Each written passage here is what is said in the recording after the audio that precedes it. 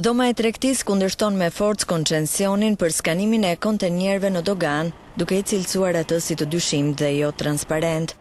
Dhoma e Tregtisë është shprehur kundër këtij koncesionit që në momentin e fazat e para që ishte procedura e koncesionit, realisht është një mungesë transparencës, sidomos për sipërmarrjen shqiptare, për ta bërë të qartë se cilat janë tarifat, cilë është shërbimi që sipërmarrja merr dhe njëkohësisht kush janë kostot. Kryetari i Dhomës së Tregtisë thotë se tarifat e larta rrisin koston për biznesin vendas, duke e bërë atë më pak konkurrues në tregun e brendshëm, por edhe atë rajonal. Normalisht që cënojnë konkurrueshmërinë, por jo vetëm cënimin e konkurrueshmërisë në një tregu konkurrent në vendin tonë, por janë edhe përfitime të padrejta, të cilat rëndojnë kostot e biznesit nga ana tjetër.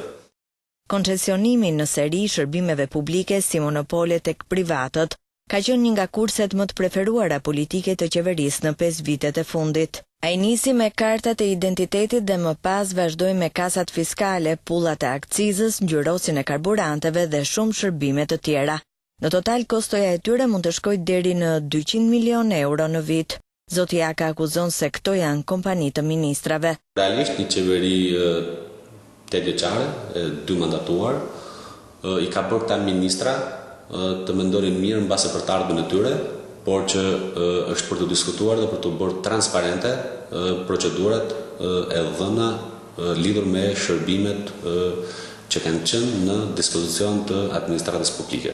Tregu i koncesioneve ka krijuar në Shqipëri një buxhet paralel me atë të shtetit. Për 10 vitet e ardhshëm, kostoja e tyre mund të shkojë deri në 2 miliardë euro ose 20% të prodhimit aktual kombëtar. Para që do të paguajnë të gjitha nga qytetarët, si taksa të fshehura, të cilat nuk shkojnë në buxhetin e shtetit, por në llogaritë e monopoleve private.